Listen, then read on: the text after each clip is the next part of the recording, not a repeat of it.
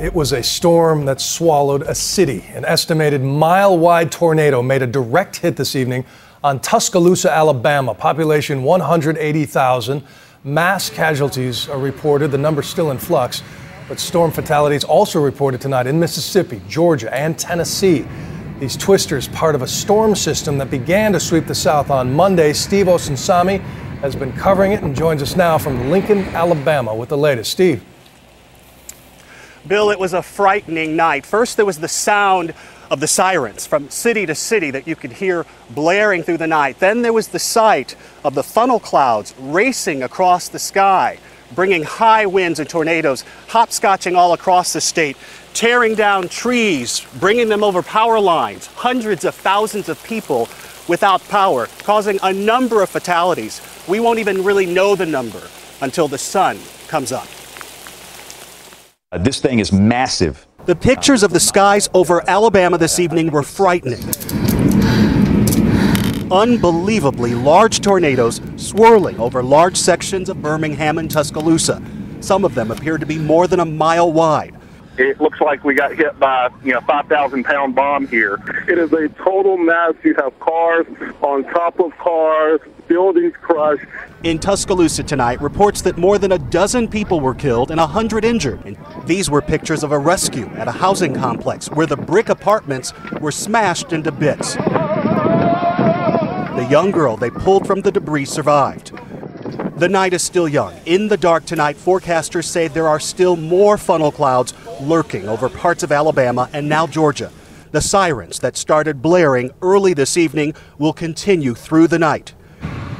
The governor has called in the National Guard and asked the president to declare a state of emergency. We're going to reach out to everyone that's hurting, and it's going to take days. It's not, or weeks. It's not going to be a quick response. These storms have hit with a 1-2 punch.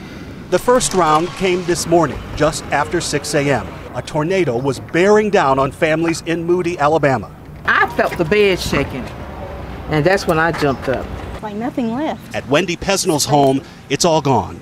Just kind of like, it makes you stop and you think, wow, we're here 1 minute and we could be gone the next. George Bearden says it happened so fast they didn't have time to run for cover. Is this your wall on the floor here? Yeah, that was the front of the house. That was the front of the house. One woman down the road was killed. His family was lucky they got out alive. Pieces of our house scattered all over 2 or 3 counties, I think. But like I said, we're alive. We survived it. Later this evening, the tornadoes turned their deadly path to Dade County, Georgia, where more people were killed. In Poplar Grove, Missouri, it was insult to injury. First, the levee broke and the town flooded. Today, the hail fell hard. It's been about every day, every 6 hours or so, we'll have tornadoes, severe damage around the area. The map is ugly. Tornadoes across several states, more than 45 of them since this morning, one after another, 20 alone in Alabama. And there's so much rain. Across the Midwest, there's now major flooding along the Mississippi and Ohio rivers. This SUV in Clarksville, Indiana, was surrounded by rising waters. A parking lot in Metropolis, Illinois, was transformed into a lake. And in Branson, Missouri, families were scrambling today to beat the flood. My dad's born and raised here. We've never seen it this bad. In Cairo, Illinois, they've got a tough decision coming. They just might break the levee upstream to save the town. But if they do that, they'll sacrifice hundreds of acres of farms. They're headed to court to fight it out.